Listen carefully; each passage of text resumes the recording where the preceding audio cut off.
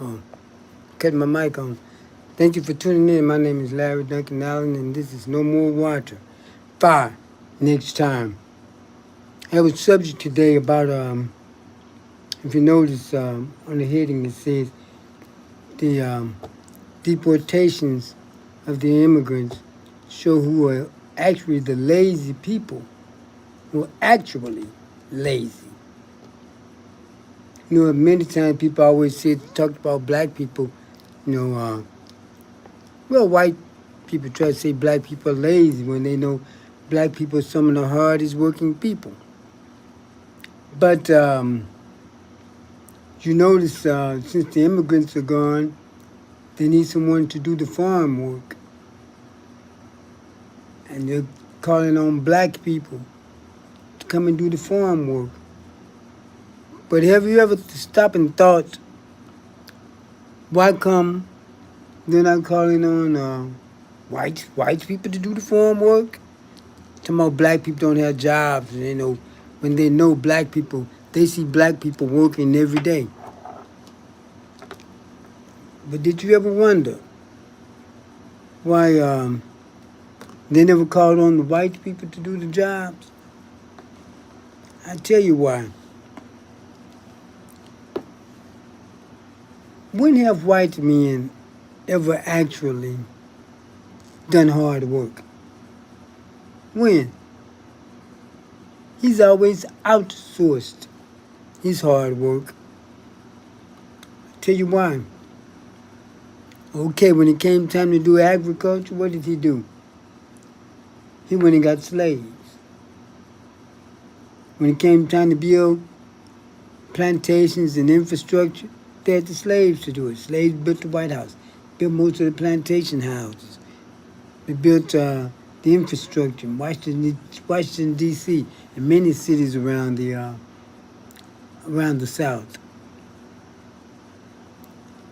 The only time the white man really started doing is with the invent of machinery to help him out. I remember even when I was a kid, I would see construction going on, the white man sitting on a piece of machinery while the black men are doing the hard work. While they mostly ran machines. When it came to building the railroads, who did they get? They went and got the Chinese to build the railroad.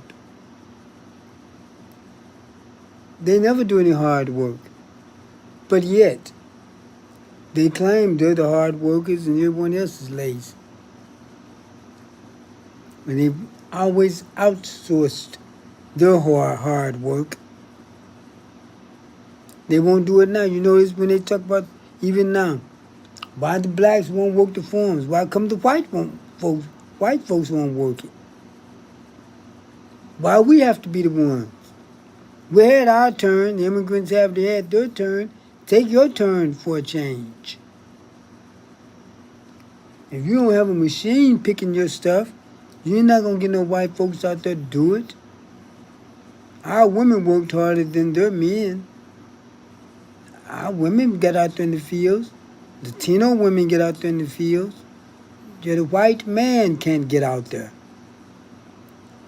So what does that tell you? Who's the lazy one? Everything they've done they haven't been through hard work. Most corporations in the United States on welfare. They get some type of government break or government subsidies or government funding in some type of way. They just don't make it on their own. But they make you think that like they're these great minds who's just building all these great businesses. And they're mostly on welfare. The U.S. government made Elon Musk. Without government welfare, he wouldn't be anything. But don't let a poor black person get a little bit of welfare, or they cry like a baby. The white people can get it, but not the poor black person.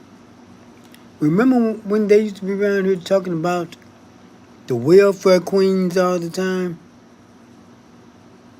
like black women pulling up to the aid office in Lincoln Continentals and Cadillacs. Even Reagan talked about it one time. They had to tell him, say, Mr. President, that's a stereotype. But they wouldn't tell Trump that they'll go right along with him. But see what it is, when it's mostly middle class white people on welfare, you don't find middle class black people on welfare. But middle class white people be on welfare. And people don't be on welfare that long. Anytime you disenfranchise the people and they can't get the jobs and work that you get, they're not going to allow themselves to starve. See, welfare wasn't made for black people anyway. They had to sue to get it. Welfare was made for white people to give them relief after the Great Depression, which didn't affect black people that much because black people kept their money at home. Some banks wouldn't allow black people to leave money in their banks, so they had to keep money at home. Remember how when some older black people died, they went and tore the floors up and tore the house up looking for money. But don't let people fool you into thinking that we're the lazy people. We don't work when they see us working every day. Even white people who know you would say that stuff. I had to tell a couple of white friends of mine, you gotta check them sometimes too because they still got that prejudice in them. They were saying they know during the protest, they didn't steal any work boots. Now what working people is gonna go steal some boots when they'll just go buy it? That don't even make sense. Now, but these men, they knew. They were around the black people a lot. And they knew that black people work. But they still said some foolishness like that, and I checked them on it. Now, I wouldn't let them get away with that. I don't see any white people stealing work boots.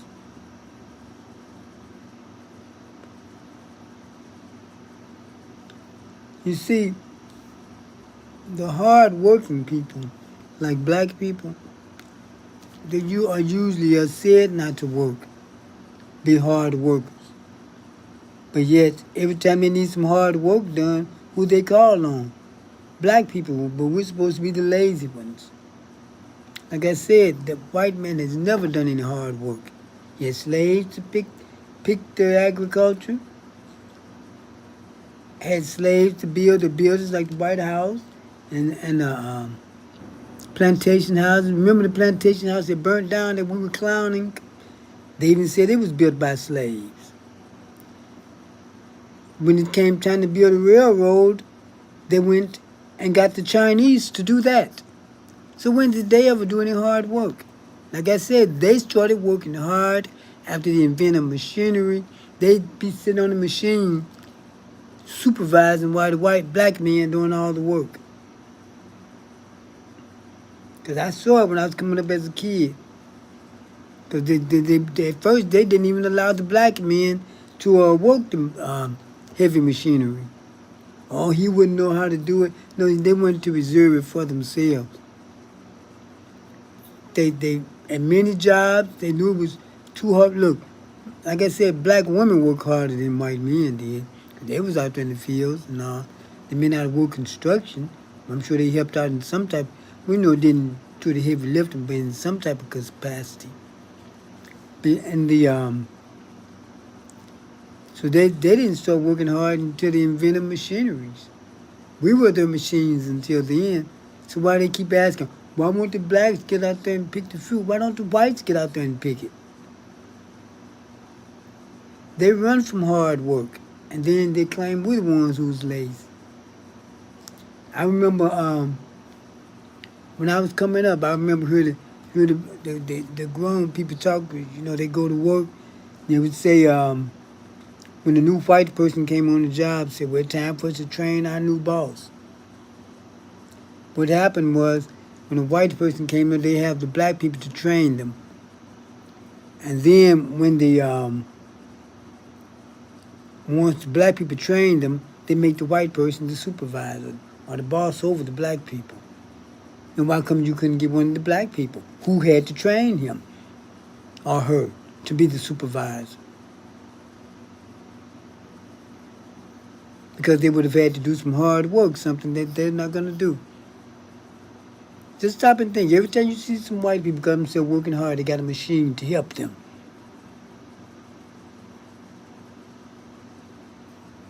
The Chinese had to build a railroad. Every time some hard work came, they outsourced it to someone else. And if they think we're gonna get out there and pick some most of the black people, I know not gonna do it. We don't do that no more. We saw what it did to our grandparents, great grandparents. First it was slaves, then sharecroppers. My grandfather was a sharecropper. They don't own the land or the house. They're given a house and land. They plant the fruit. They do the agriculture. They do everything. And then the white person that owned the farm would allow them to go to the store and get food and different things on credit. But by chance, every time it came time for them to pay up after the crops was in and sold, the black person's bill at the store always matched what they were supposed to get and pay. Remember how they used to say black people couldn't take the crops to market? Well, the reason for that was many of the black people were sharecroppers. They didn't own the land. Only the landowner could take the crops to market. But there were many black people who owned land, owned their own farms, and they were cheated most of the time. I remember then when you go to the general store, there they cheat you when they rang you up. I remember one time one of my cousins came down to my grandfather's farm, and we were down there, and we were at the store, and the man had some meat on the scale. No, the woman, it was a white woman. She had some meat on the scale. I must have been about 10 years old then. And then my cousin said, "I didn't know they weighed thumbs." She had a thumb on the scale, pushing up the weight. Oh, we were just cheated all kind of ways. It just, I'm surprised we made it to where we are now. And see these little white towns they say they want to have, or we want to bring our own towns. We're going to have our own towns, They got them already. Most white people live in all white towns, all white communities. All over this nation. Black people live in sort of congested. We mostly live in, except for a few states, maybe like Mississippi, a few southern states, we live in large metropolitan areas. That's why, let's say Illinois, they say about crime, it could be 20 murders tonight in Illinois. White person killing of another white person. You may not even hear about it because they're so spread out. But if 5 people get killed in Chicago, you're going to hear about it because of how congested it is, and it's around the major news markets. But we don't get some of wild blacks upset because white people want their own towns. White people have sundowns.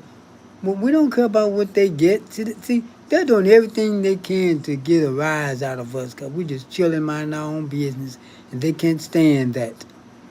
Okay, those little towns they build, talking about they're going to go back to sheep herding and goats and all that. They think black people want to come and be a part of that. Those sundown towns they say they have, most black people don't even know where they are because, and the ones that they've mentioned, that's some old crappy town black people wouldn't want to go to anyway. You talking about don't be there after sundown. Most black people won't go there while the sun is up. Most white people won't. What we want to look at your trailer courts and all that for? And even if it was a nice town, we're not thinking about y'all. Y'all thinking about us. We're minding our own business. We always have. See, we tried after slavery and up to the 1930s. Black people tried to have our own towns, but you wouldn't let us. Every time you saw stuff prospering, you burned it down.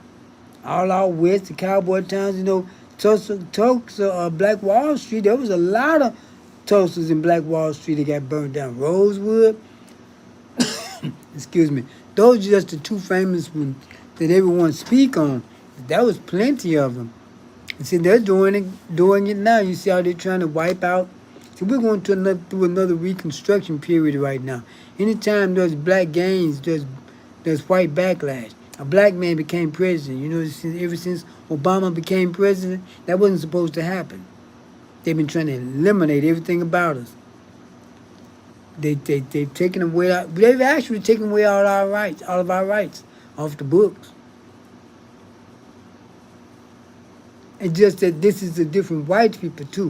White people are not reacting to the way they did back in the 50s and 60s because more white people have mingled in with black people. That's why that's what they didn't like. That's why they started that woke movement. That's not for us. That's for white people. Many white people start finding out all the propaganda that they were fed about black people. And when they heard the truth, many start siding with black people because there was more white people in Black Lives Matter than black people because black people stopped all that marching after Ferguson. I told you this before about how I was at rallies and you couldn't find them Black Lives Matter rallies. The people on the stage talking were black, but you couldn't find a black person in the audience. This one, I remember I was at 600 people. I turned around, I couldn't find a black person.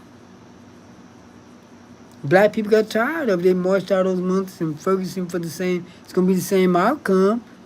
No matter how much you protest, the same outcome. They said, the reason I was at the rallies is because, I don't march.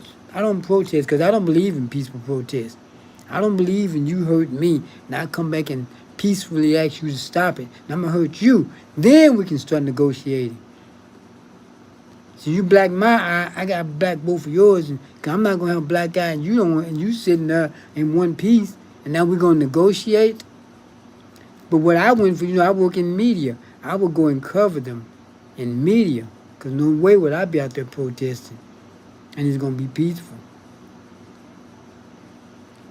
So and see, there's not enough black people like me, I will admit to it, but so I'm not gonna disrupt anyone's protest. I wouldn't do that. That's why the looters and all, there was never any violent protest.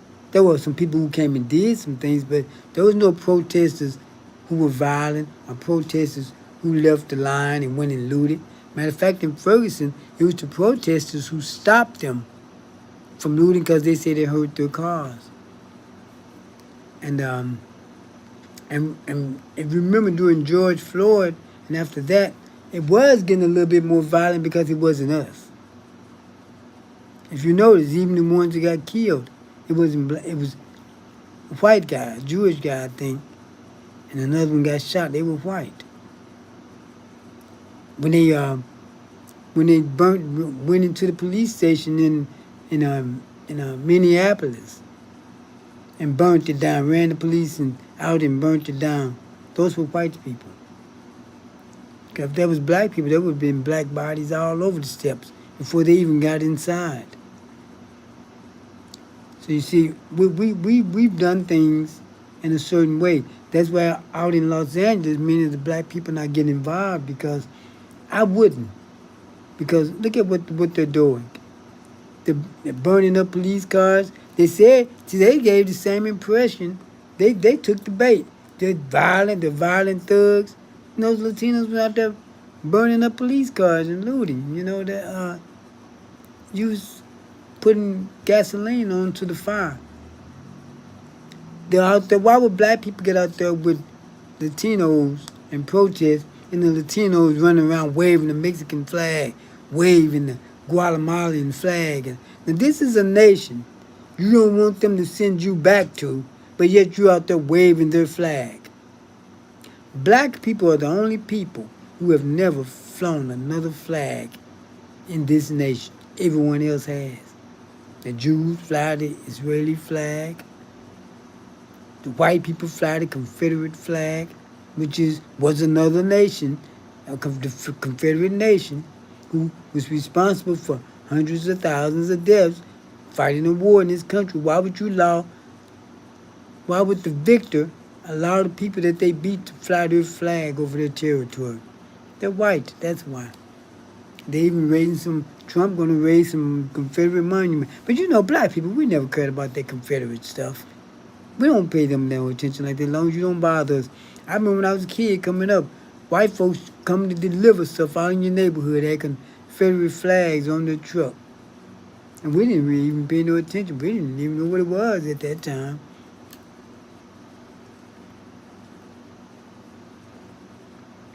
But yeah, we're not afraid of work. They are. We've always worked hard. Matter of fact, even now, you got a lot of black people work more than one job and have them a hustle on the side. And most of the hustles black people do are illegal hustles, which many people want to make you think it is. We're not. When you've been disenfranchised as much as we have, you learn how to make money. There's a lot of black people, they may not be listed as employed, but many of them make as much or more money than the employed people. And it's not always illegal. We know how. You get that ingenuity when no one's gonna allow themselves to starve.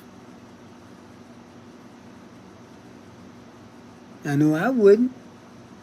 I'm not gonna allow myself to starve if it have to be illegal. It'd be illegal if I never had to. But that's why a lot of people, I don't go along with the illegal activity that they do where it hurts people. But I know people are not going to allow themselves to starve. Just don't hurt anymore. Take something that belongs to someone else. That's the part I don't go for. But now I'm not telling those people to go out there and do something illegal. I'm just saying that I can understand if people do something to, you can't let yourself starve because many black crimes are survival crimes. It has something to do with money. Even the gangbangers, you're in my territory, taking my son. I'm not making no excuses for them. Don't get me wrong, because you don't have no business gang banging anyway. But I'm just showing where it always has something to do with funds, money. Other folks just do some crazy things. I've worked with white men, and the stuff they said they did, I thought they were lying, but I found out they were telling the truth. And I'm thinking to myself, why come? Well, I was thinking to myself, except something that began with M, and the other word began with F. Not in prison. I mean, there was a black guy, he'd been in prison for just one of those things. And getting on that, I have to say the thing about crime. See, that's one of the reasons the crime rate in the black community may seem higher because, you see, when I looked at the FBI statistics, they say the black crime rate is not as high as they say it is because, see, they gauge by the FBI statistics that come out every 5 years. And there should be one coming out this year. And the one I'm saying now is from 2000 statistics. I'm going to have to check and see if the one for this year, we wouldn't be out this early. But it says 90% of the crime in the black community, serious crimes, is committed by less than 2% of the people. And they're repeated offenders. Because in our community, they don't have crime prevention. They're supposed to contain crime. In our community, to keep it from going to white folks' area. That's why you get racially profiled when you go into other areas. But but less than 2% of the same repeat offenders between the ages of 14 and 22. Because usually when they grow up, they stop that foolishness and go get a job or something, or they get killed or in prison. But for some reason, around 22, they cut it out. Most of them. Some of them are in the game making a lot of money. I'm talking about most of them. So the ones that stay don't matter. I'm talking about we go by the consensus of the majority. But and then also crime is not the way the FBI look at crime statistics. It's not really crime. It's arrest. They gauge crime by the arrests that are made, not by an actual crime being committed. And everyone knows that black people are arrested more. As a matter of fact, it says that black people are arrested more and black people are usually exonerated more. White people usually are not, because many times they use black people to build up their quotas. They say they don't have quotas, but we know that's a lie. They build up their quota with black people. They arrest black people. How many times you know black folks go to jail? You think they gonna get sent up now? I didn't hear people. I know one of my cousins said, "Man, they got him now." Next day, here he is driving down the street blowing at me. Now, I've seen it happen a lot of times. They take them and release them. But if you know, or they try to think they're going to get some bail money, so they would have the cop-out court so that they can, who the ones they couldn't get bail money from, because they didn't want to keep them forever. But in the state of Illinois, where Governor Pritzker has the no bail, I know there's a lot of stuff they won't even arrest people for that they used to, because they can't get no money out of them now. So we're not as bad as people try to make us out to be. And we're not lazy like they try to make us out to be. They're the lazy ones.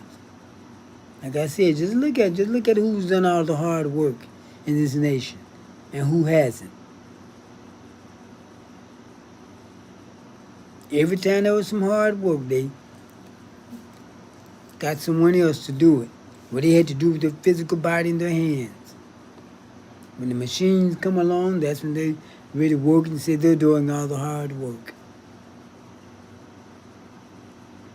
Yeah, Trump had Latinos to build Mar-a-Lago. See, he used illegal labor, really. Trump Tower. But one thing about the Latinos, they work hard, but they're some snakes. They would go on jobs. I was looking, I saw what this Nigerian man said, that, see, the immigrants usually stick together against us. The Jamaicans, the Haitians, the Latinos, the Mexicans. These Nigerians, he said that the Latinos would come to him. He owned a business, and they snitch on the black person, trying to get the black person fired. Said we're all immigrants, or they're just lazy and say all type of things about the black people. But he didn't go for it, and because see, they want to get the black people fired so their people can get the job. The trucking companies, the black guy got a truck, Latinos got trucks. Let's say a load paid $3,000. The Latino, and everyone understand that. You know, they didn't undercut each other, except for the Latinos, like the Mexicans. They go to the people and say, we'll do it for $2,000 to try to get everyone else out of there so just their people will be working. So that's why I don't feel sorry for them. Not at all. As long as they're not bothering us, I don't care who they bother. I don't care about the Jamaicans, the Haitians, because as dirty as they've done towards black people. See, I lived in Los Angeles for a long time, very long time. I lived among these people. They now call us fundamental black American FBAs, because we was here at the beginning of this nation.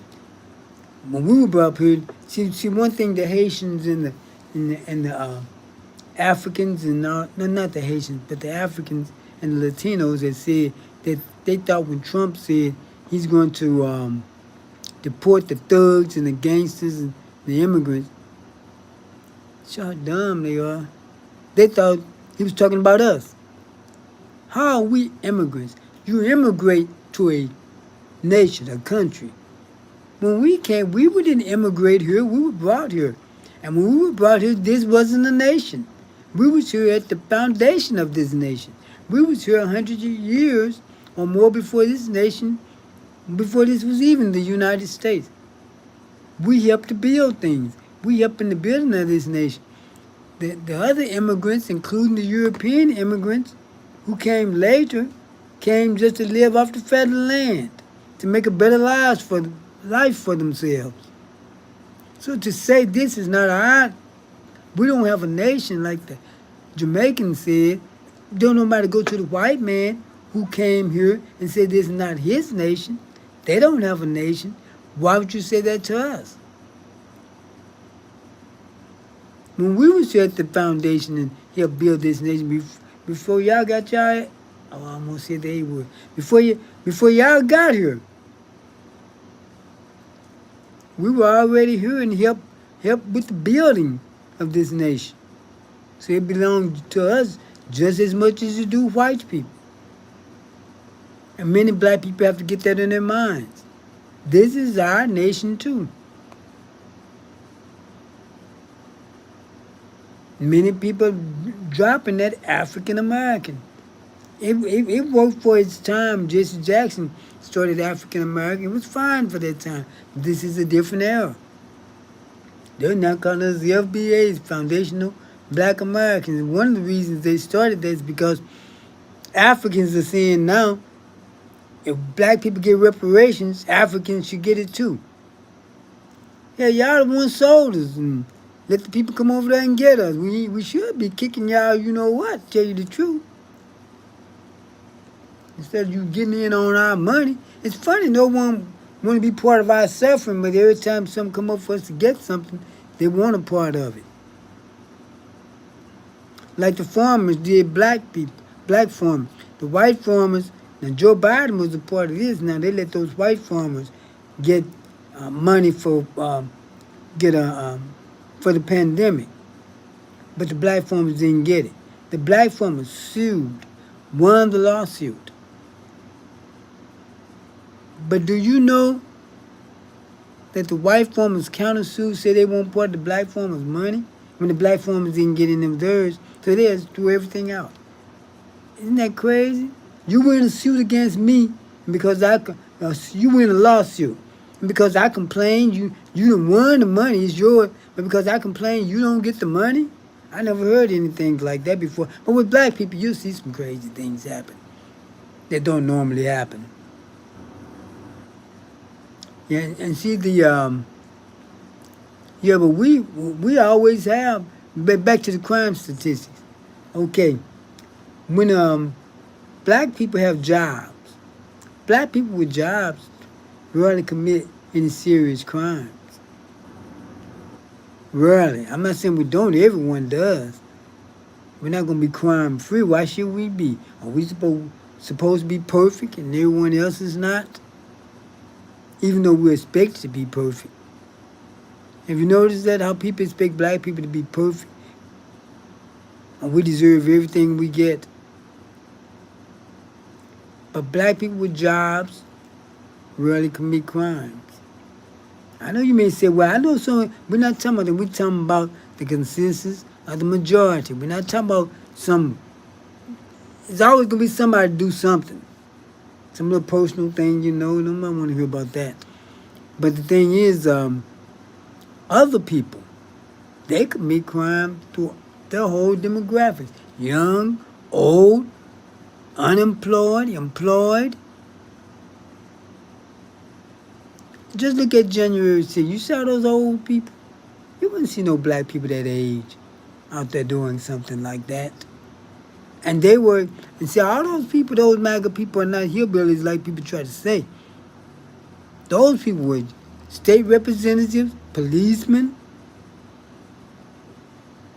Many of them were very well-off people. One white woman flew in on her private jet to bust out windows and talking about killing people.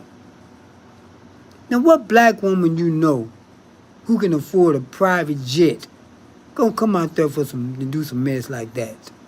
She'll probably be over in Paris somewhere shopping, while the black woman, white woman out there busting out windows. But see, we don't commit crime all over. Just look at the black communities you see that are virtually crime free. No one talks about that. It's about the democratic city with all the crime, and but you know what? Most of the cities that commit most of the crime are in red states. Most of the high crime cities are in red states, and the reason those cities are democratic is because we have a large migration of black people there, and most white people who are Democrats live in metropolitan areas also. If you notice, when you look at the map during the presidential election, the whole state is red, except when you get to the large area, metropolitan areas. If you notice, black people, let's say when I drive from St. Louis to Chicago, I may not see another black person until I get to Springfield. And unless you stop, you still may not see any. May not see any more until you get around Bloomington, the Bloomington area. Then don't see any more until you get into Chicago. You go out through the rest of the state of Illinois, go out to the western Illinois, you may not find any black people anywhere. Then Iowa, which is one of the whitest states in the nation, white people got all kind of towns they can live in and never see a black person. See, when they said tomorrow they're starting town, sundown town, that's just to get a rise out of people. They're talking about black people upset over the white towns they're starting. Most black people don't even know about it, don't even care. We don't want to be around y'all as much as y'all think we do. We have to. Most of the services is in your area. Many times, I went to certain areas, used to drive in certain areas. I knew I was going to get stopped by the police every time I go there. But I had to go. If I didn't have to go, I wouldn't. See, the George Floyd bill, it did stop a lot of police from stopping a lot of people for no reason. Oh, and that no bail thing also. I think that helped out in Illinois. I remember around here where I live, I couldn't drive to Fairview Heights without seeing the police sitting there, got somebody pulled over.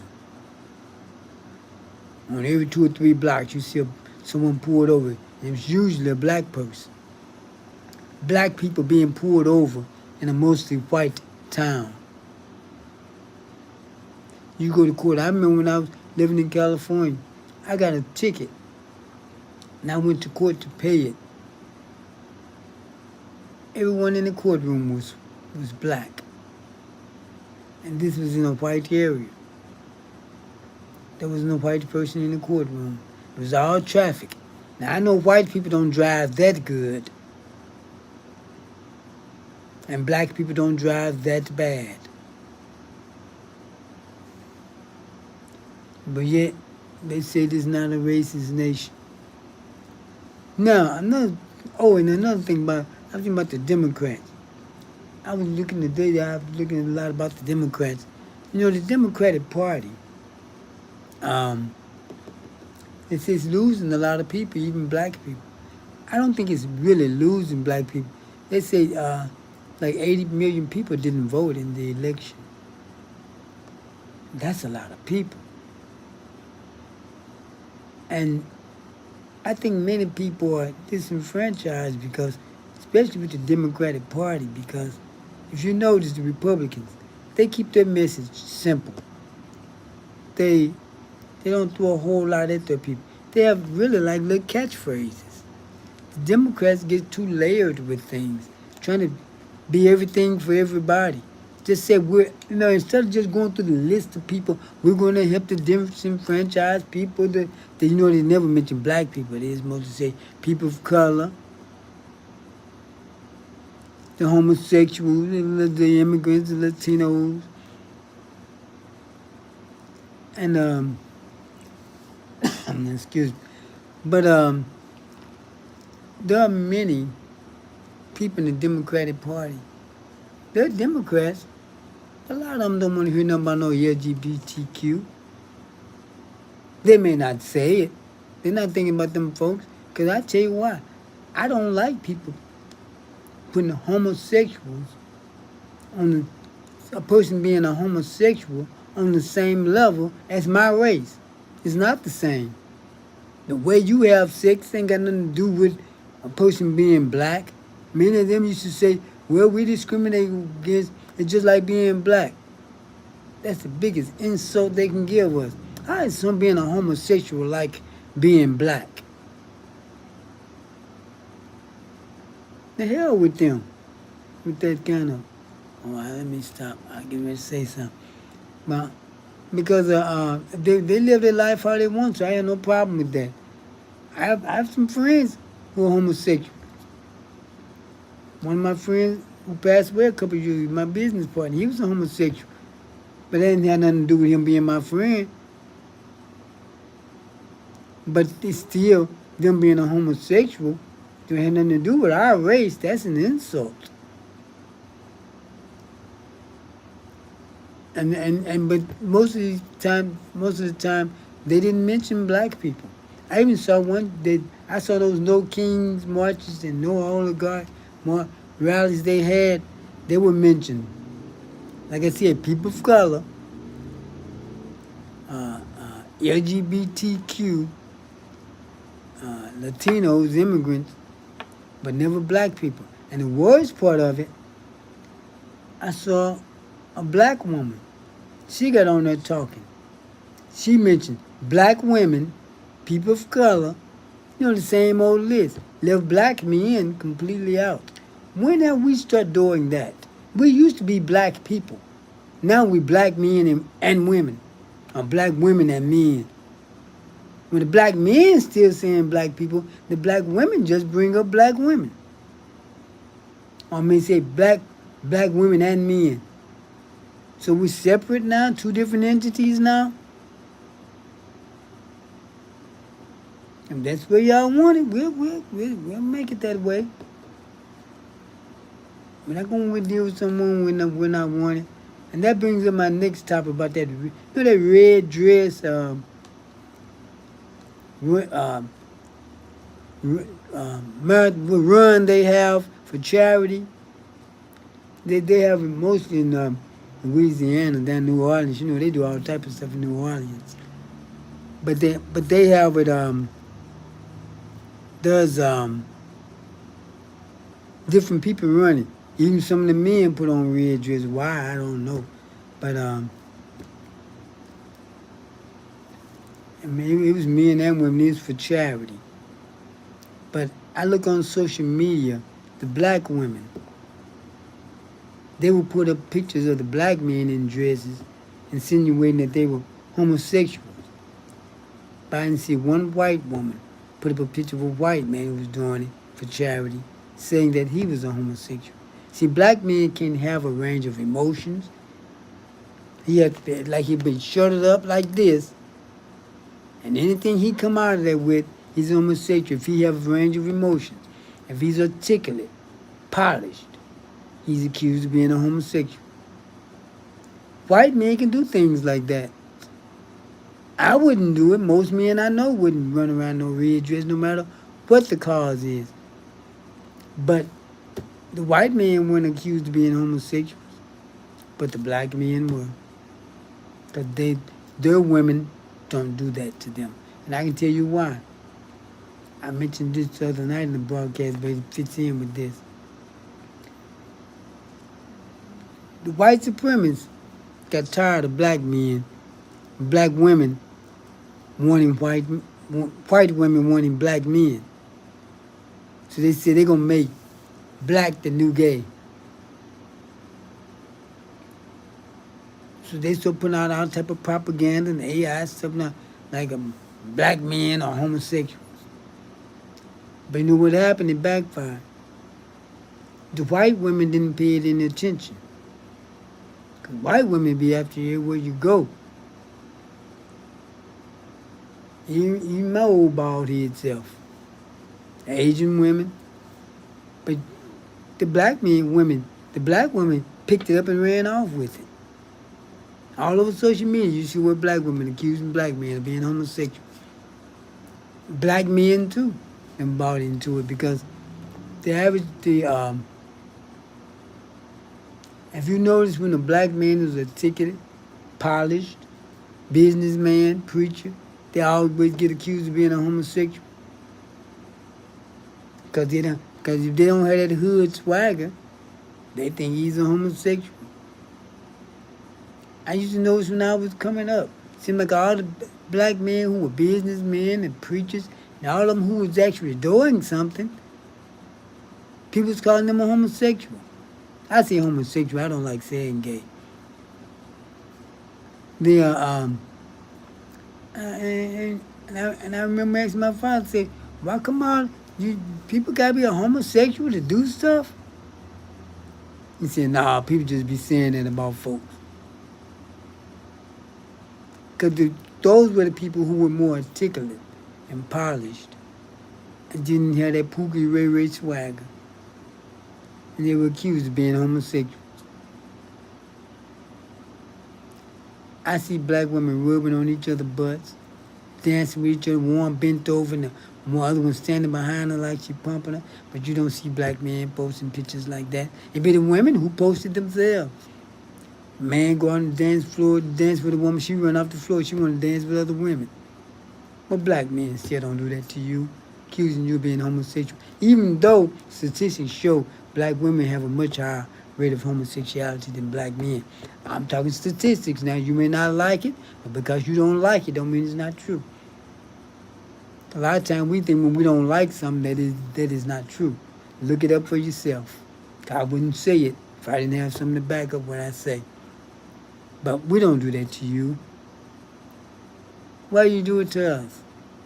All day long on social media, AI pictures of black men with dresses and different things on. We don't do that to you. We don't call you out studs and dykes. Even when you're studs and dykes, we don't post those pictures. Black men calling you queens, and the darker the berry, the sweeter the juice, all them nice, pretty, fine women up there, and then you got a picture of some black man in a dress, and you never talk against white men. Have you noticed that? On social media, black women never put up negative posts about white men. She'll put up a post of one and say how, oh, he's so cute, he's so fine, I always had a crush on him. They got a picture of a black man in a dress. I went to, so you have to start treating us like we don't do that to you. Have you ever went to a breast cancer event? I would go in as media and record them sometime. You have just as many black men out there as women supporting the women. They have right across the street from here at the football stadium, right across the street, and they have tents, and the men are out there supporting the women, wearing pink. Some of them. They even have an event they have here every week that men sponsor. It says real men wear pink. I don't know why people are always trying to tell man when he's real or not. But that's what his name of it. Real men wear pink. And the men wear pink in support of breast cancer. Go to a prostate cancer event. You can count the number of women there. Probably on maybe two hands. And it's usually some old woman. Maybe her husband or someone had or has prostate cancer. We don't get the support that the women get. The women don't get the men support that the men give the women.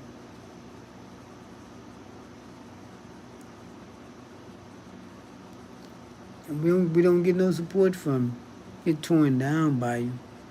And because we gotta make it as a people, not as men or women. We gotta make it as a people.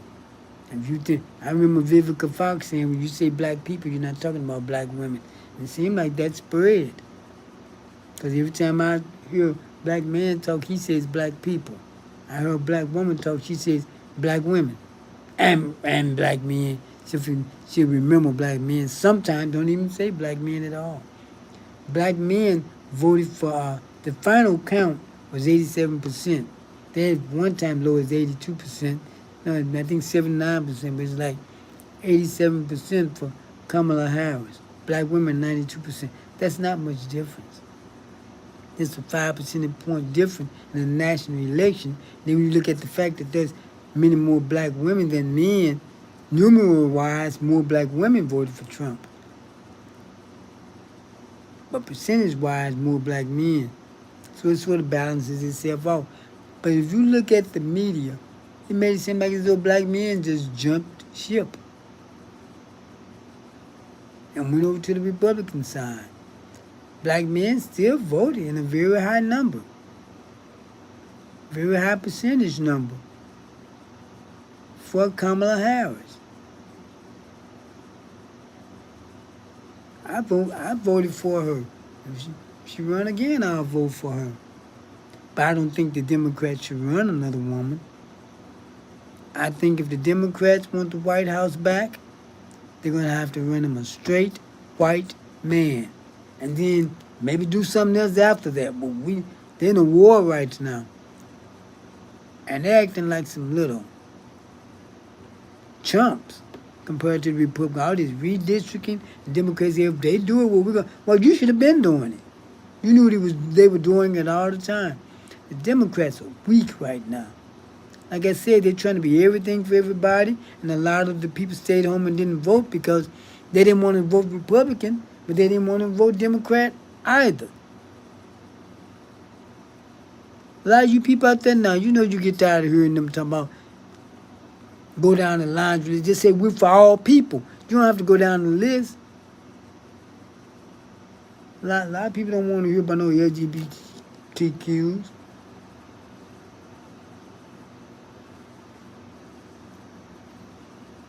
No immigrants.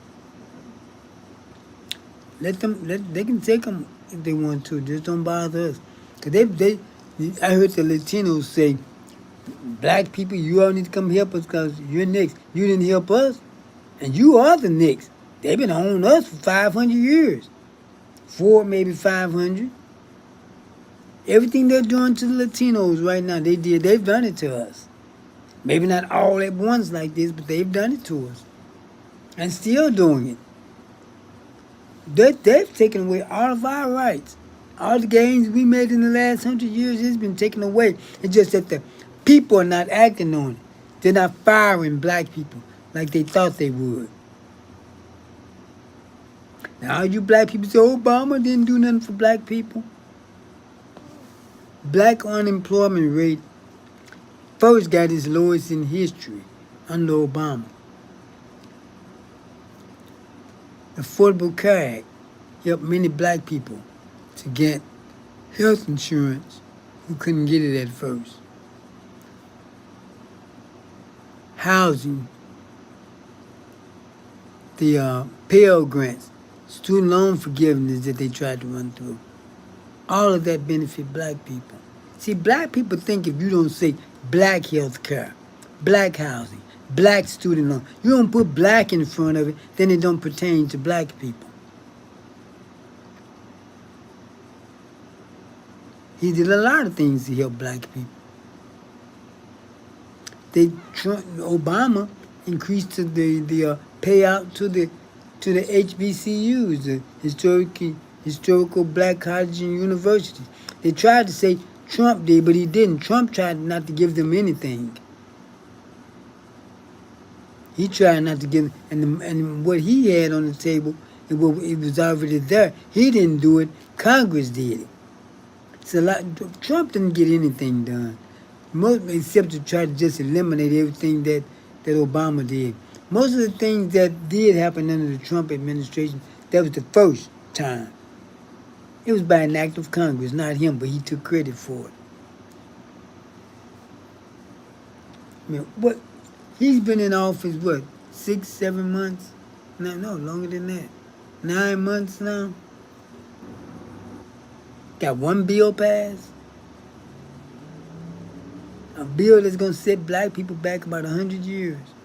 They're going bankrupt a lot of people. One bill passed in 9 months, and he said he did more work than anyone in history. Biden did. But you know what the Democrats' policy was? Problem was?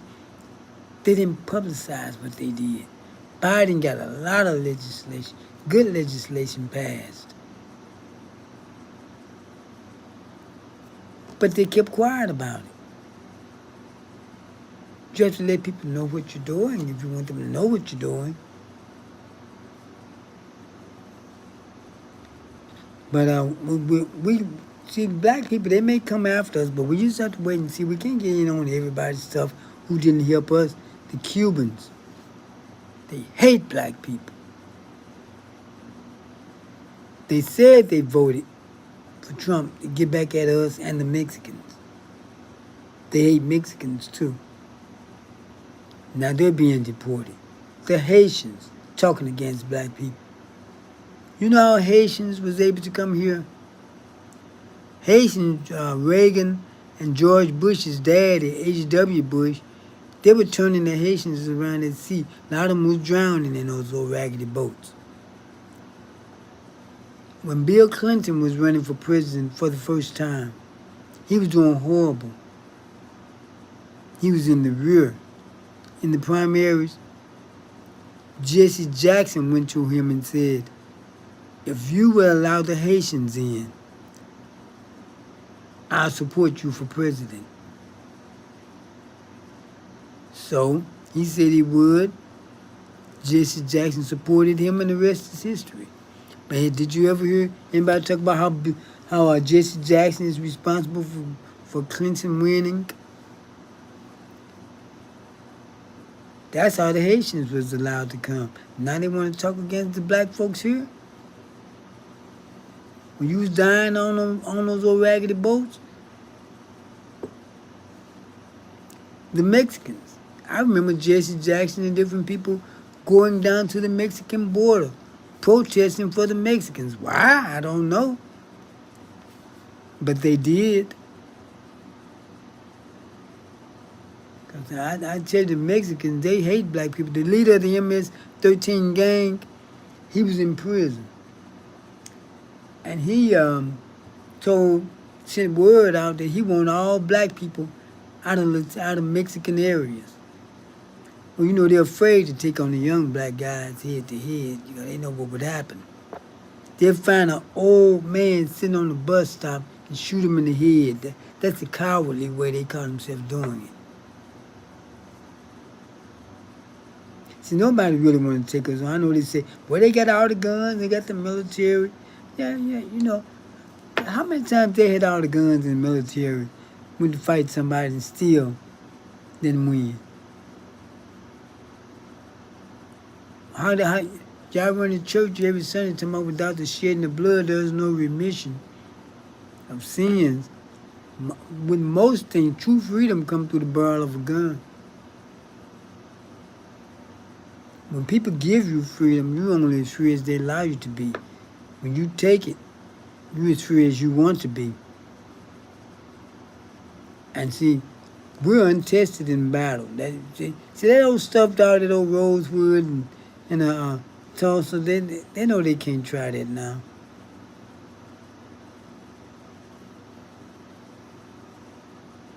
They know they can't try that now. And ICE, see where I live, it's good living around all black people. ICE don't come around. They better not come around here with that. We need to meet them with something if they do, because there's no immigrants here. And if you're in an all-black area, ICE has no business coming there. They do deal with them. Get your CCW while you still can, because they may try to cut that out. And if you can't, I tell you about me, I'd rather be tried by 12 than carried by 6. I try to get legal if you can, because we cannot let these people run up in our neighborhoods. I'm going to be honest with you, but me, I don't care if it's you know the history of white men in masks in black neighborhoods. So they better not come up in here. I can know who they are, but they still better not come up in here. I can know it's just law enforcement. They better not come up in here with that. And you all need to join me on that. We don't let them people come up here. I don't care if it's law enforcement. Take that mask off. You come, if you law enforcement, you come looking like law enforcement.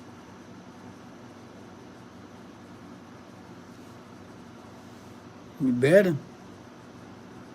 We need to stop taking any kind of mess out people standing around with a camera, recording. You know that ain't right. You shouldn't be doing that. And watching, look, they don't care what you say. And they still, you see, they still do it.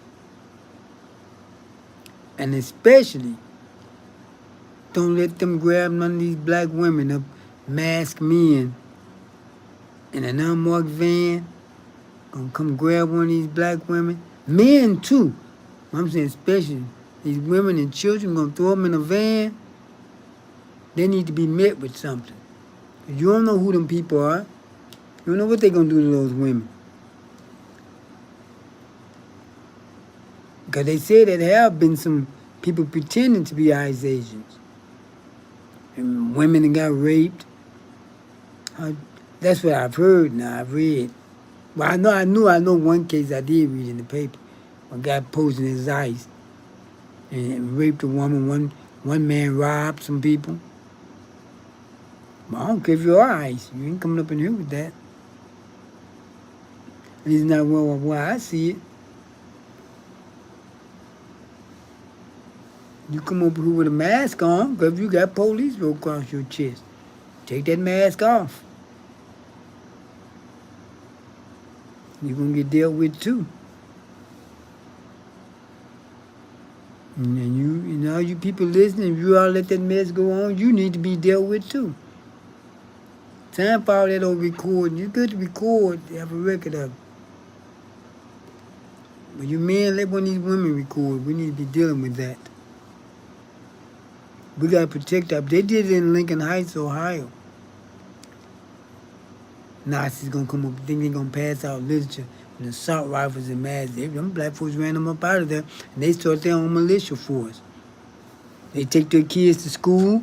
The women, I saw one woman, she had on her body armor and her pistol on the side, taking kids to school. They take each other's kids to school, make sure everything's safe. But one thing I didn't like she did, if you're going to have those type of things, you have your spokesman. Have a spokesman, because she was answering questions for them to ask her, why you got that mask on? And she tried to answer. She didn't knew her the reply. Or either you all have a meeting and you tell your people the things to say. They ask black people those type of questions, but they don't. I would have said, did you ask the KKK why they got masks on? Did you ask ICE or the Nazis why do they have masks on? Why are you asking me? Go ask them first. I wouldn't have answered. That's where I would have answered them. And then when the black people ran them out, the police would say, well, it's the constitutional right. They're lying. They would not allow the Nazi group to walk in a Jewish neighborhood. But see, what happened is, if it's the constitutional right, then why come when a black person just walk through a white neighborhood, just walking, they get jammed up, ran out by the police? Isn't that their constitutional right? That's part of that containment I told you about, because of containing crime to the black area. That's why they racially profile you. But they're so stupid with it.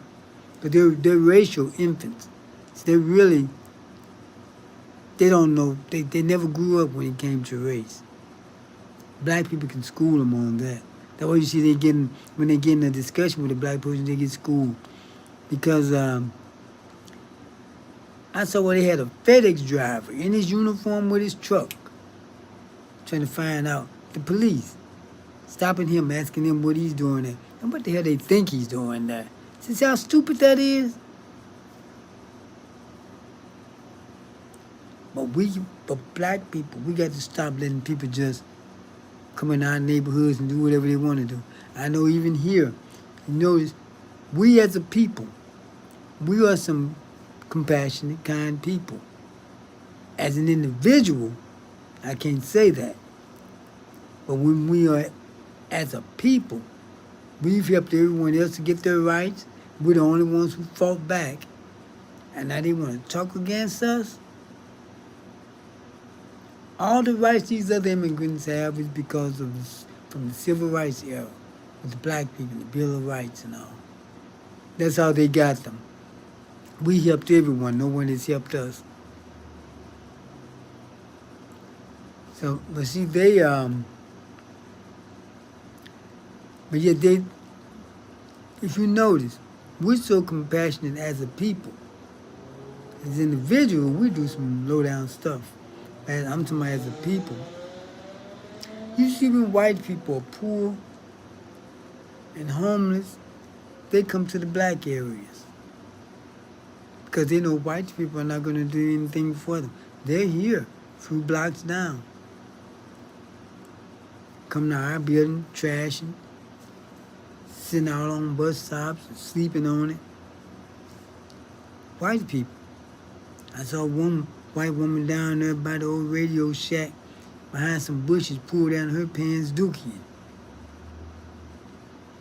Do you think they will allow black people, the homeless black people around their neighborhoods, walking around talking crazy, drinking liquor, walking down the street drinking liquor, pooping all behind bushes and all that? Do you actually think they would allow black people in their areas to come in their areas and do that?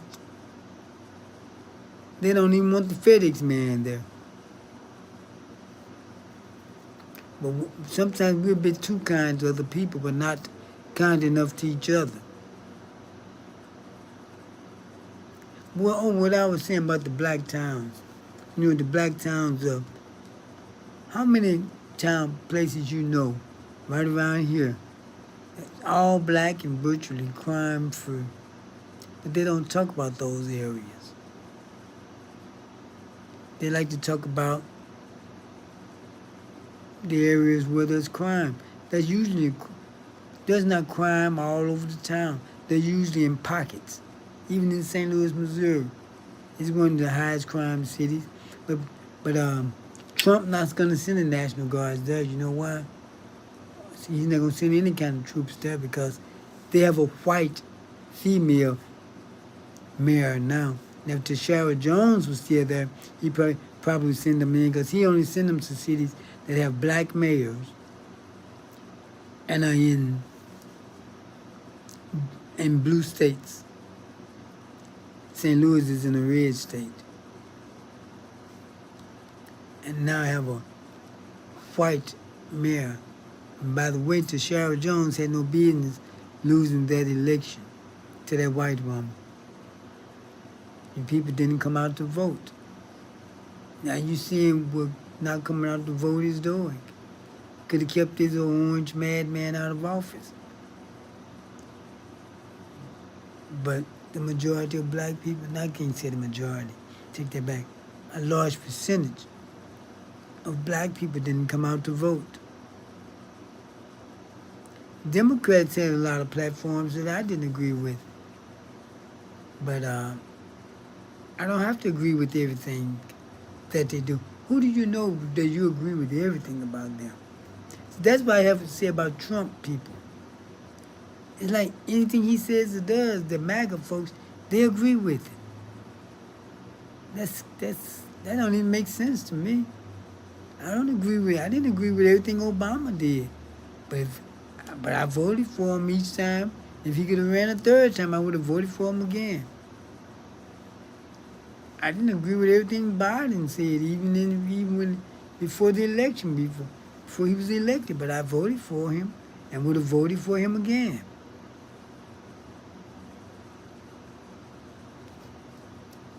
But with Trump, his people just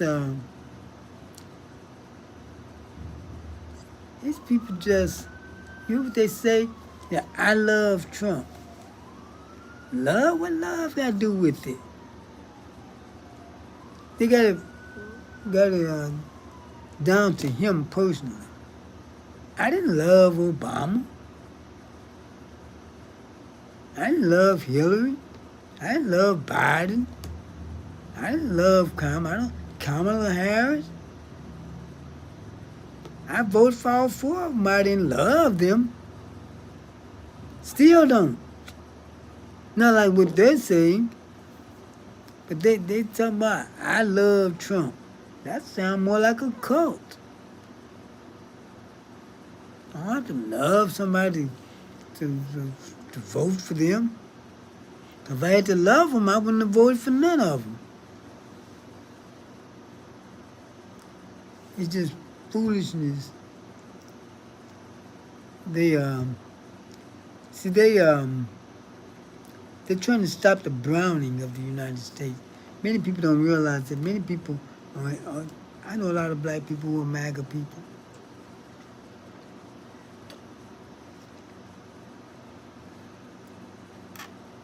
And they talk just as ridiculous. I notice most of the people who talk MAGA talk, if you notice, they actually usually assholes. I mean, you can't get they're usually jerks in a way. They're not realistic. Even the black ones. They just don't seem like realistic people. You can present them with facts, and they will ignore the facts. And people who can't take in facts and want to sell facts, even though they know it's a fact, I don't even have any more conversation for them. And the people who got MAGA people in their family I have some in my family, I don't talk that stuff. I don't talk with them because I'm not going to fall out with my people over Trump. We just don't even talk politics with your people if you're at odds with them. Because, your people is worth more to you than politics. But look, they, like I said, you have to get out there and vote because get ready for more than just the midterm. But we don't know what's going to happen by the midterm. Do you know that Trump can call martial law and there won't be any midterms? And Democrats are just too weak to think of anything else. I can see why many nations have a military coup. Politicians won't get the job done. So whatever left, they need to have a secret meeting with some generals.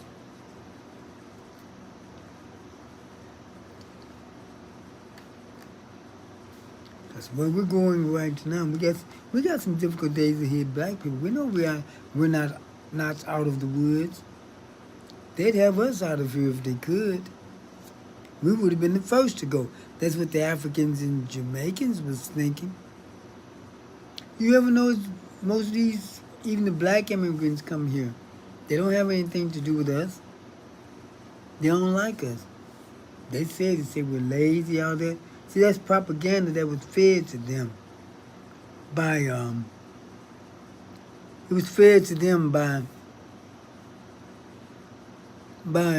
this nation, white people.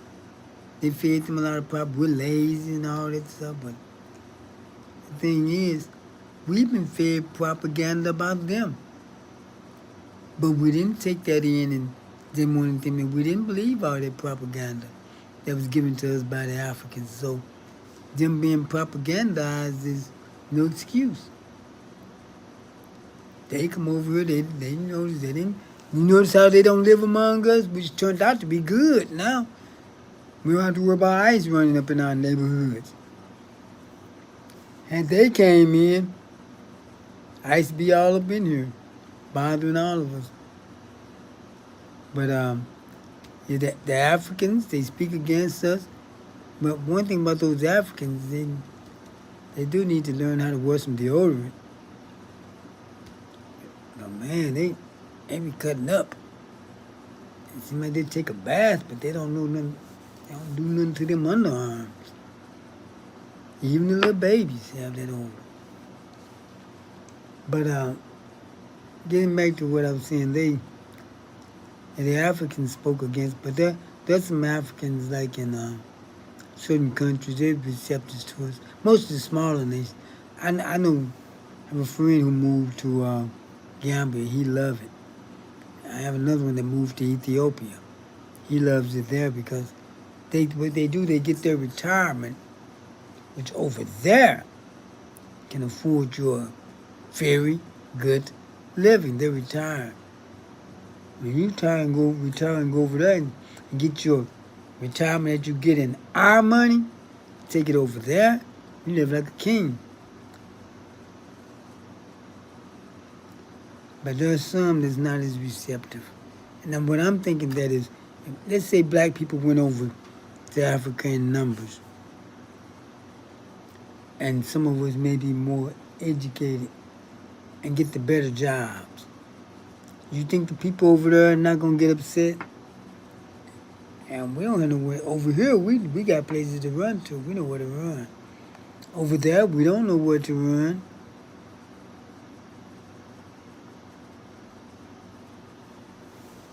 You end up in the ocean looking at some of those bones from a long time ago, fell off the ship, jumped off the ship. So that's why I say, I was thinking about going. But I started rethinking it, spoke too soon now. But if they give us reparations, say we give each one of you $1 million to lead this nation, I'd be gone. I'm sure a lot of us will. A lot of countries will want us there with $1 million. It don't have to necessarily be Africa. It can be anywhere. All black people don't want to move to Africa. They'd rather move to another nation. But that's their business, We can't tell people where to move, where to live. They may want to move down to South America, Europe, Asia. But one thing about that, though, the nations with people of color, they treat you worse than the European nations. Like India, black people are treated horrible there. Even in Israel, the Hebrew Israelites are treated horrible there. The Ethiopian Jews. See, no one talks about that. So since Israel loved to call people anti-Semitic, does that make you anti-black? Or anti-Ethiopian? Or anti-melanin? Since you love to call people anti-something, people can't even say nothing about you without losing contract jobs and everything else. When you're anti-everybody. Jews are anti-everybody. So I can talk about them because I'm not worried about all that. Somebody counseling me and all. I control my own stuff. When I get my Roku station, they building a website, I'm really coming out with it. Because the only people that Jews call anti-Semitic and try to get fired and all is black people. I told you all about Mel Gibson used to ask you go around Hollywood asking Jews, are you an oven dodger? Like they dodged the ovens at Auschwitz and didn't get gassed. So he made the movie Passion of the Christ to show how Jews killed Jesus. And when a policeman stopped him for a DUI one night, he cursed him out and said, oh, you just an effing Jew. He said Jews are responsible for all the modern wars. And just cursed him out, just cursing Jews. You know what the Anti-Defamation League said? Oh, we know Mel didn't mean it. Still hate Jesse Jackson and Al Sharpton for some, not Al Sharpton, Jesse Jackson and Louis Farrakhan for some things that they said. Reverend Jim Jeffries, a white minister, he always preached about how all Jews are going to hell. When they opened the embassy up in Jerusalem a few years ago, he gave the opening prayer. A rabbi who says all Africans are animals, he gave the closing prayer. And Whoopi Goldberg said Hitler killed the Jews because they were Jews, not because they're white, which is true. She made a true statement. She had to beg their forgiveness to keep her job. Well, she just told the truth. I've heard white folks say it.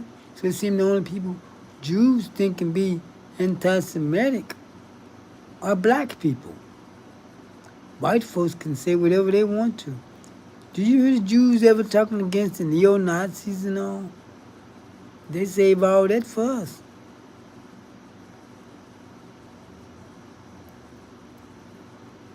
Yeah, they save all that for us. We can't mention Jews without losing everything. But you know what? You know what happens though? You need to send Dave Chappelle. You see what he did.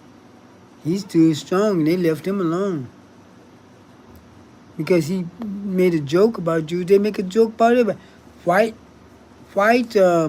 comedians make jokes about black people. Black comedians make jokes about white people. Make jokes about Latinos. Latino comedians make jokes about black people and white people. And everyone makes jokes about each other. But the Jews can't, no one can make a joke about them without them crying like little babies. They're anti-Semitic. Grow up.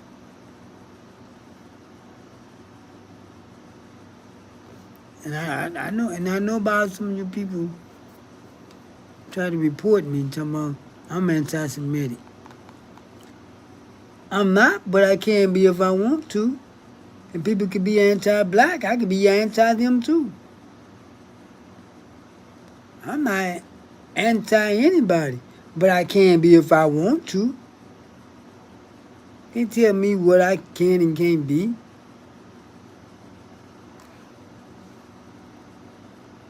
People don't worry about who's anti-black.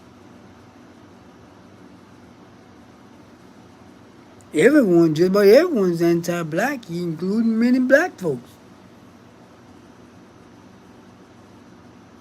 So you can't tell people who to like and who not to like and all that.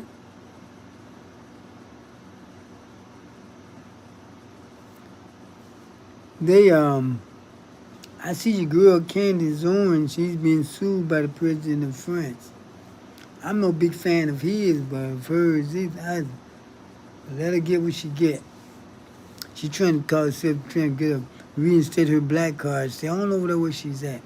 See, people like her and Lee Elder, they became millionaires talking against black people. And see, the thing about it is like this. Like I was saying earlier, people expect black people to be perfect. They find things that black people may be doing wrong and harp on that. It's like, if we're not perfect, we deserve everything that we get or everything that someone has done to us. Why bring up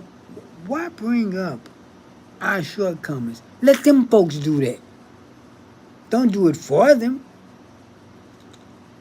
And if they think if they can bring up some black shortcomings, then we deserve everything that happens to us. But everyone has shortcomings. Why? I thought we were supposed to be inferior. If so, why do people expect us to be perfect if we're inferior? They say when you talk about slavery, they say something like, well, black people owned slaves, black people sold their own people.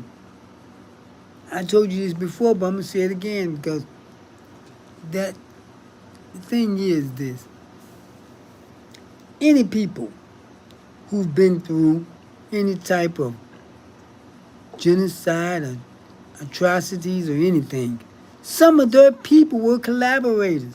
Like during apartheid, they had collaborators. So anybody, white people, anybody, when they had the American Revolution, there were some who was collaborating with the British. Everyone gonna have some of their people who gonna help in their suffering.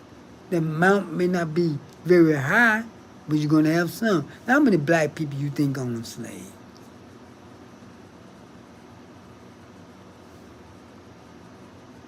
There always gonna be some who helping the suffering of their people. There always gonna be someone. If you have an oppressor, you're gonna have some of your people to help the oppressor.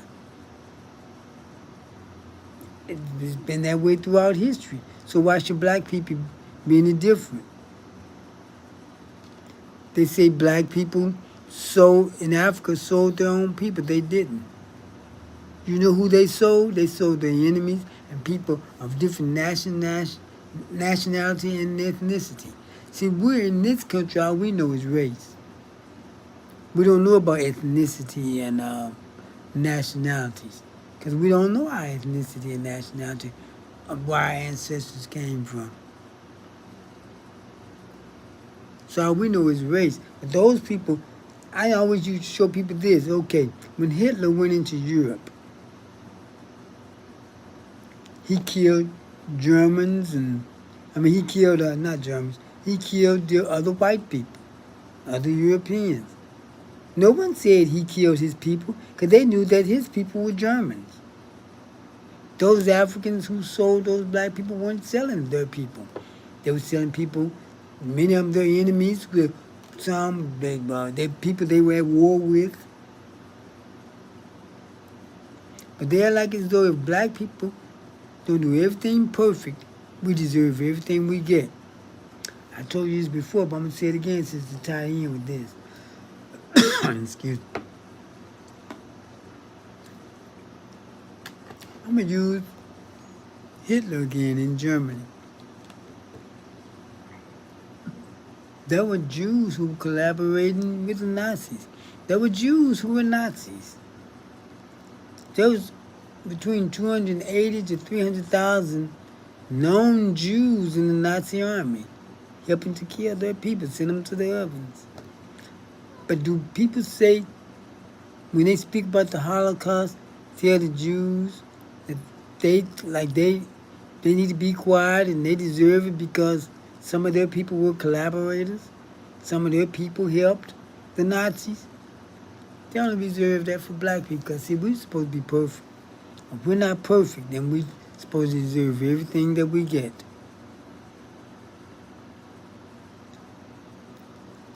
And see, and speaking of the Africans, see, they always talking about the African ancestors, the spirit of the ancestors.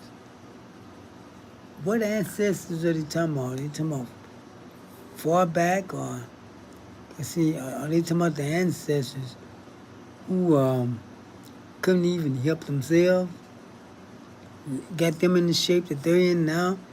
Every other nation taking out Africa's a rich nation, but they help enrich Europe and the United States while they're poor.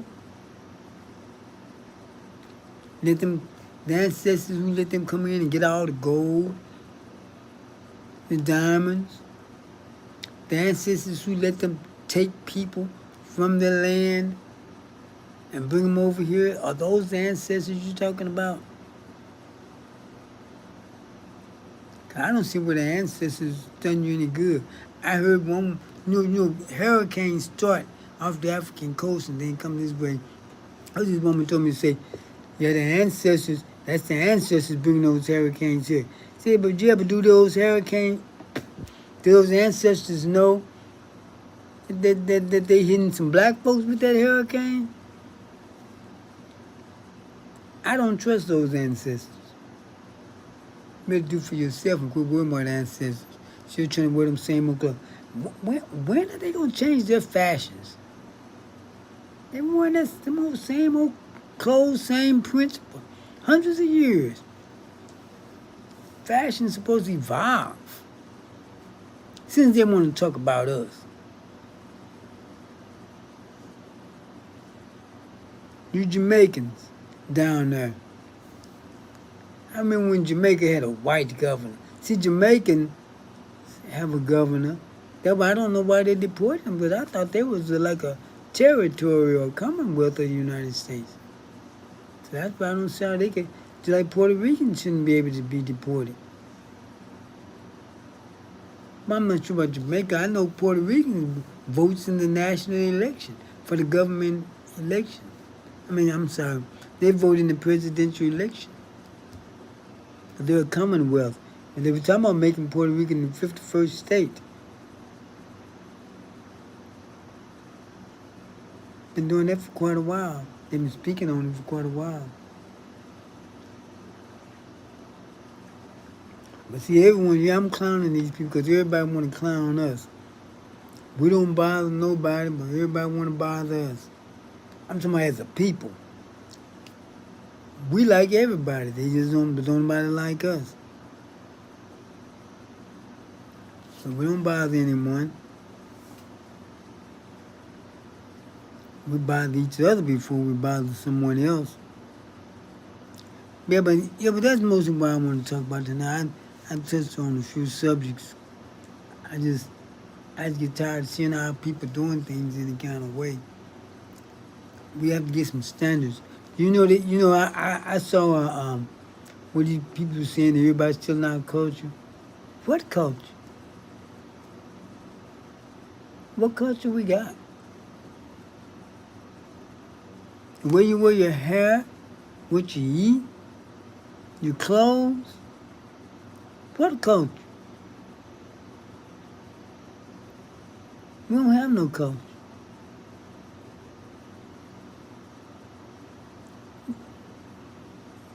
Could somebody let me know what culture we got? See, culture is not all that. Culture is supposed to set your standards, your morals. What standards and morals do set standards and morals do black people in this nation have? Everybody just do their own thing.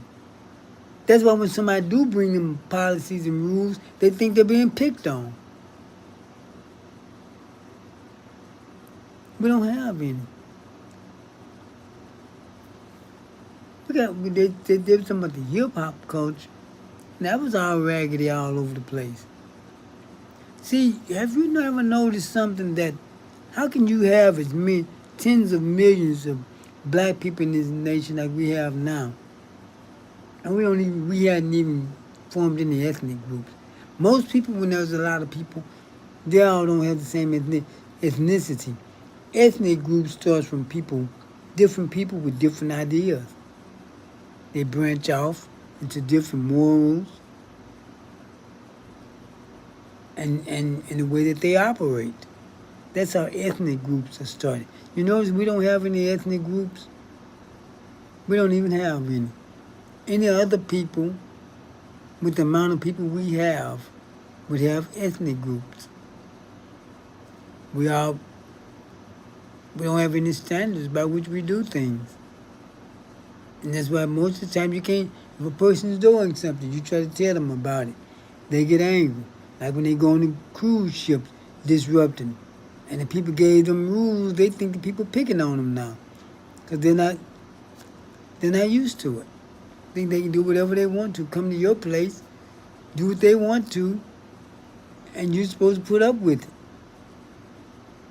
But see, people who got a code of conduct wouldn't do all of those things. But see, we don't have a code of conduct. Everyone do as they please. I'm gonna do it. Nobody better not say nothing to me.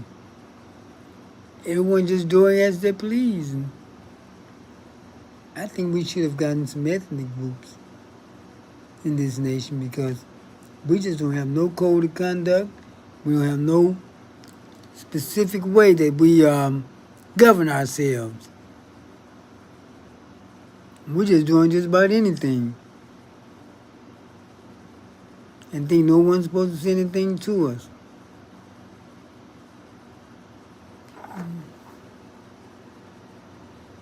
You don't know I'm telling the truth. We don't have no code of conduct. And when you say something to these people, you almost have to get ready for a fight.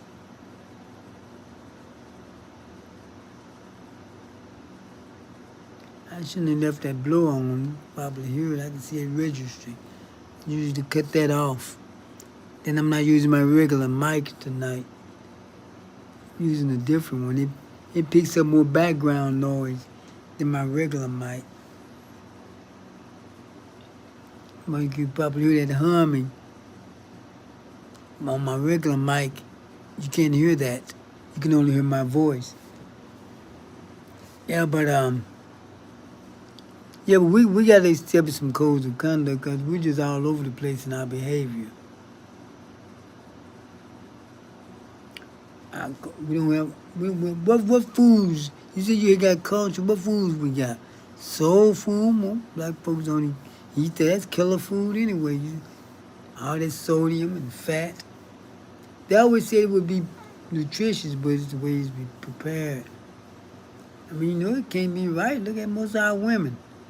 I can't hardly walk in the store without just about every woman in the store being obese.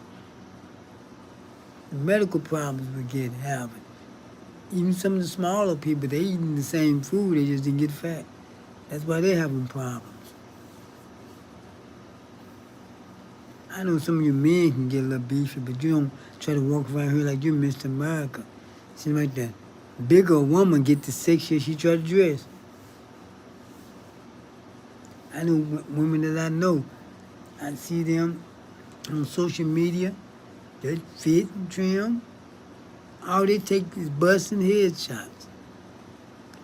They get fat, next thing you know, they got full body shots all over social media. Ooh, this booty getting big. Yeah, the rest of you are too. Why do we glorify obesity? And then when a person, then if you do slim down, people think you're sick. I remember when they used to call fat healthy. I'm healthy. You know where that came from? Years ago, there was a tuberculosis outbreak, maybe about 100 years or so ago. And people would get real thin. That's why when they saw a person, who was fat, they would call them healthy. And it just carried over. A lot of people still think being fat is healthy. And then they go to church testifying because my blood pressure was normal. And wonder why it's high, because you're fat. You're eating the wrong, you're eating a lot of salt and sodium and stuff that's running your blood pressure up. Going to the hospital, if you're eating correctly, going to the doctor and your blood pressure normal should be expected. Not something for you to testify about.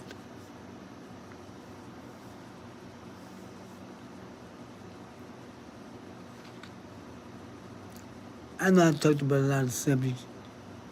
I do that. But but that most of what I wanted to talk about, the Democrats and that red dress thing that you women was clowning black men on, but the white women didn't clown the white men. See, white men can do a range of things black men can't, without being accused of being homosexuals or something. The majority of men with those red dresses on was white men. But the majority of men you saw on social media, it was for charity. They run in a red dress. It was women doing it too. Some women was running with a man. I don't know if it was their husband, boyfriend, or what. Old man or what.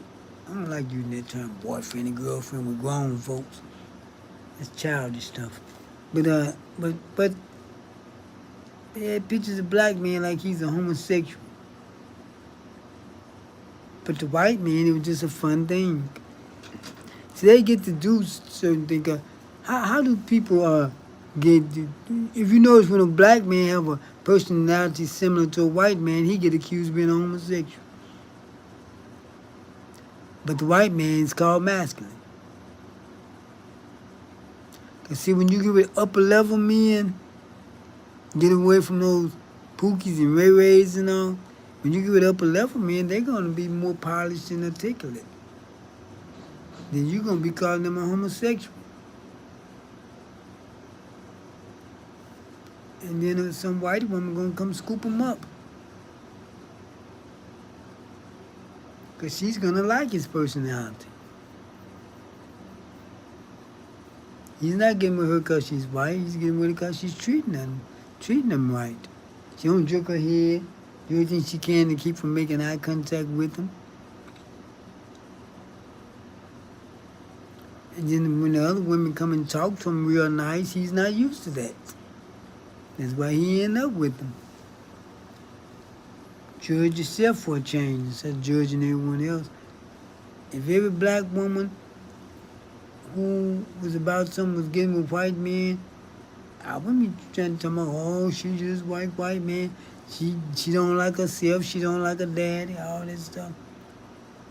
Man, what are we doing that's making these black women go get these white men when they make money? You examine yourself. That's what I would do.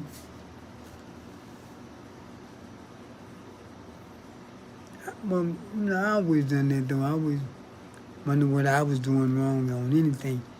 Then I look and say, nah, it ain't me. But if it was, I would see it. At least you have to examine yourself to see if you're doing something wrong. I mean, examine yourself for real. Not just I'm not talking about pretending like you are. Do it for real. You'll find that a lot of things you think is someone else's fault. All you have to do is look in the mirror. There's nothing I've done bad that someone else made me do. I did it on my own.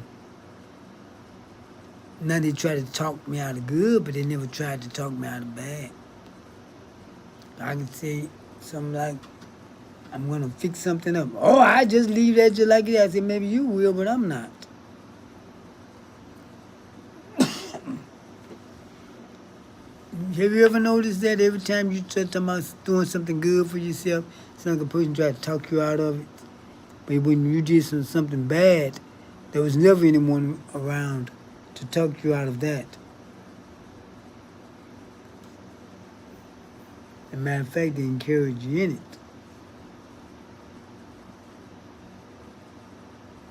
Well, I don't know. I've been not holding you any longer tonight. I'm going to give it a sign off, but I'm going to see this commercial first. Should have shown it earlier. Watch this commercial.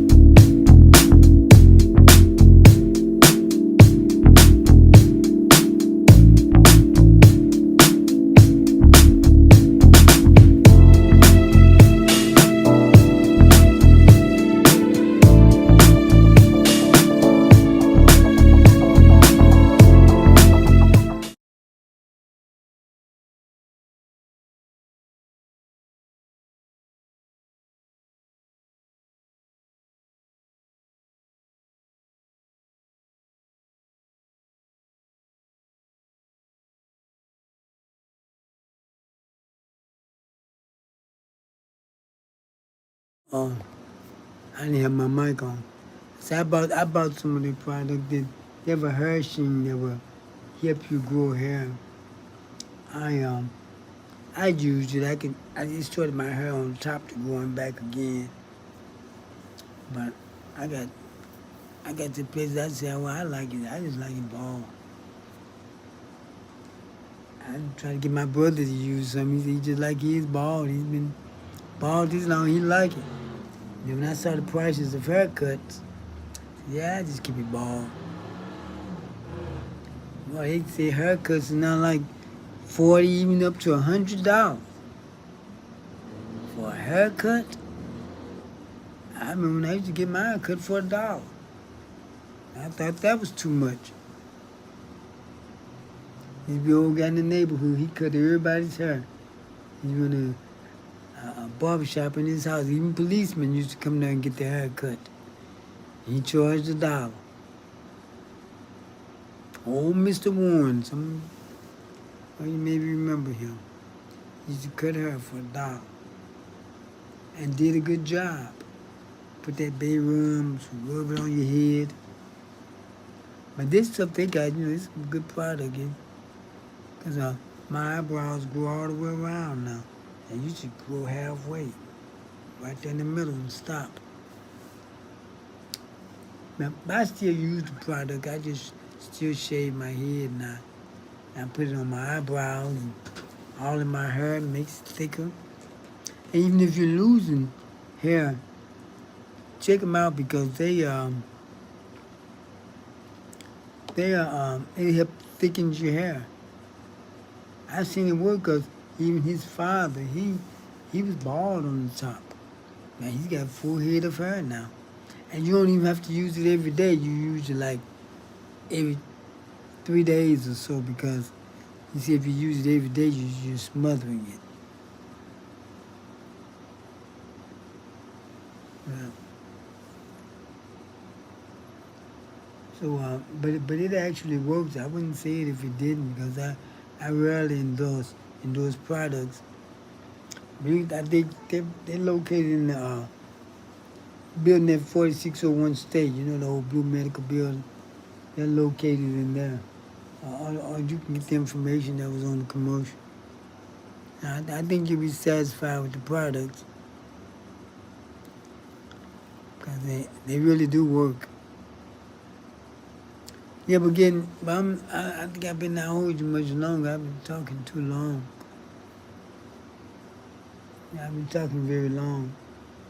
I have another program called 89 Blocks in the Metro East.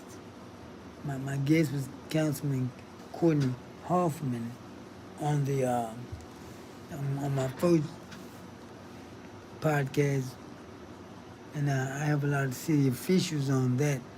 I don't want to do it on this one because I don't want this one just to be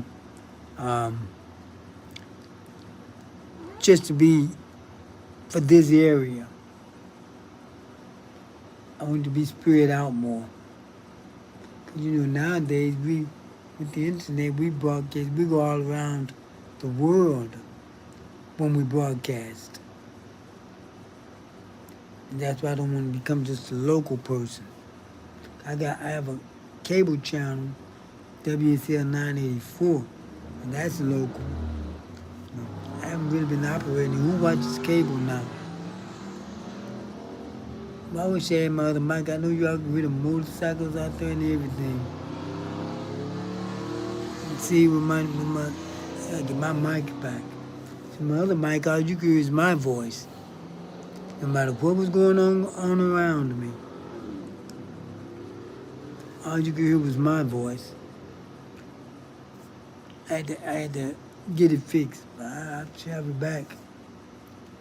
Guess what's the date? I say I have it back about Tuesday. Well, I've covered a lot of things, and I appreciate you all watching. Oh man, I didn't realize it was that late. Yeah, I appreciate you all watching, but stay tuned if you can to my broadcast. I'm trying to bring in more guests. I have guests on my other format. Now, like and subscribe if you can. I really appreciate it, especially you that's on YouTube. On YouTube is on City of Champions Media. And you can like and subscribe on Facebook. You can, guess what you do, like or start following. I don't do Instagram yet because of the length of my program. So I'm going to see if I'm going to check it out because soon I'll be on Roku, the internet formats, and cable. Yeah, there'll be a lot of places. So I thank you for tuning in tonight. I think I'm going to have to call it a night because I'm getting sleepy. So I'll see you next time. Thank you for tuning in to No More Water. 5. Next time. So good night and have a good night and a good time at church tomorrow.